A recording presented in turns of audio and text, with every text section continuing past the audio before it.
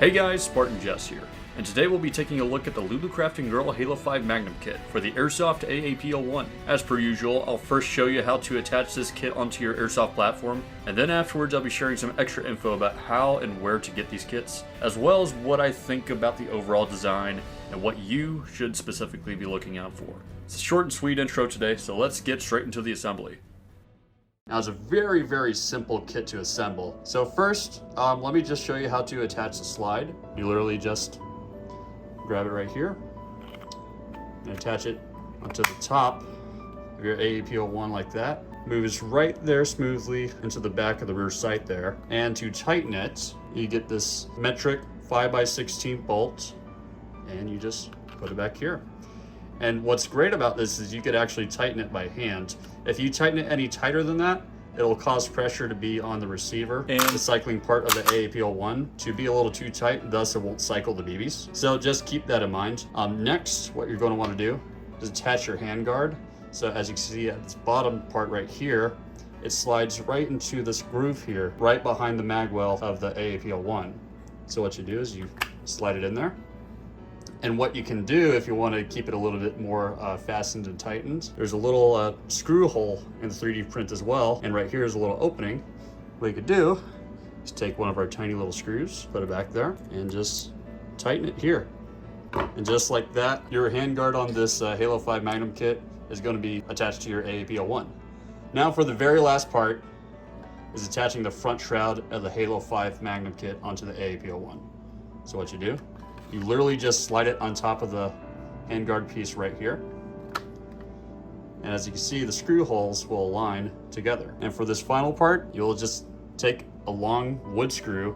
Now, the reason why we're using a wood screw is because, well, Lulu Crafting Girl herself suggested to use a very long wood screw, so that's what we're going to be using. Whatever length was kind of poking out of the side back here, I just kind of sanded it down with the Dremel and just made it a flat little surface there. Before you even attach any of these screws, specifically this one that requires a big wood screw, make sure you drill a hole, create some room for your screw to go in. Otherwise, if you do 3D prints like ABS, it'll be too much pressure for the wood screw to go into, thus making the print essentially snap. So let's put our wood screw and attach it.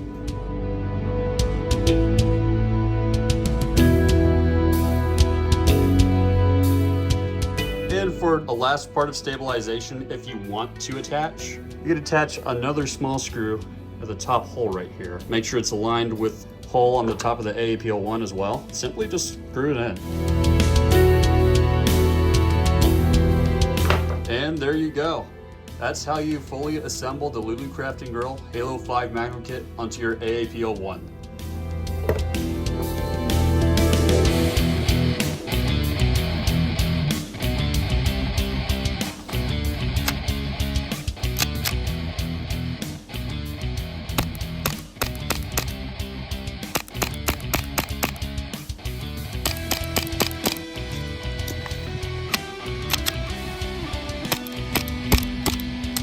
So, what do I think about this Halo 5 Magnum kit?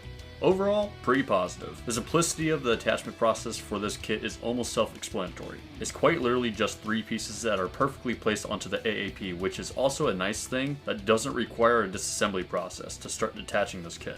Sure, you'll need some hardware, but a small amount nonetheless. And with the beneficial lack of the disassembly process for the AAP01, this results in the ability to use thread-on attachments like tracer units or suppressors. A good part of the design also lies with the simplistic slide attachment, causing little to any pressure or weight on the slide, resulting to consistent cycling. However, it still doesn't hurt to sand down the interior of that slide and applying silicone oil. Another neat feature about this design is the fact that the kit makes use of the AAP01's front and rear sights, resulting with a pretty satisfying way to aim down the sights with this Magnum. Now, the thing you'll need to keep in mind about these kits is that the 3D files themselves aren't completely the smoothest, meaning that once you print them yourself, you're going to have to touch them up by applying something to fill the wavy crevices with either Bondo putty or wood filler, then go over the kit with a rough grit sandpaper, and afterwards following up with a smoother grit sandpaper to have a nice proper surface that's ready for a paint job. One part of the finishing process to be aware of is the sanding and smoothing of the outer edges of the mag well. If you don't sand them down well enough, your mags can slightly get stuck, so just keep that in mind. But surprisingly, the only thing to be aware of for this kit is really the finishing process, which is usually a normal process for 3D printing kits anyways. So how can you get this kit?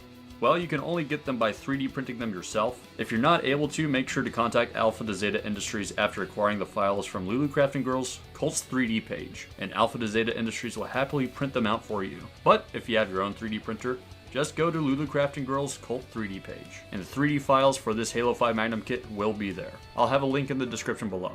So overall, this is a really good kit. I know over time, people have surprisingly grown fond of the Halo 5 Magnum design, and despite my own small appeal for Halo 5 weapon designs in general, this kit has actually convinced me that it's an interesting and unique design in the Halo Magnum sandbox. And this concludes my review for the Halo 5 Magnum kit. I'd like to thank Lulu Crafting Girl for allowing me to use her designs for the recent Spartan Brethren raffle. If you'd like to participate in future Spartan Brethren raffles and you'd like to support the channel, please consider joining my Patreon under the Spartan Brethren tier. So, thank you guys for watching. Please like and subscribe, and don't forget. This is truly Combat Evolved.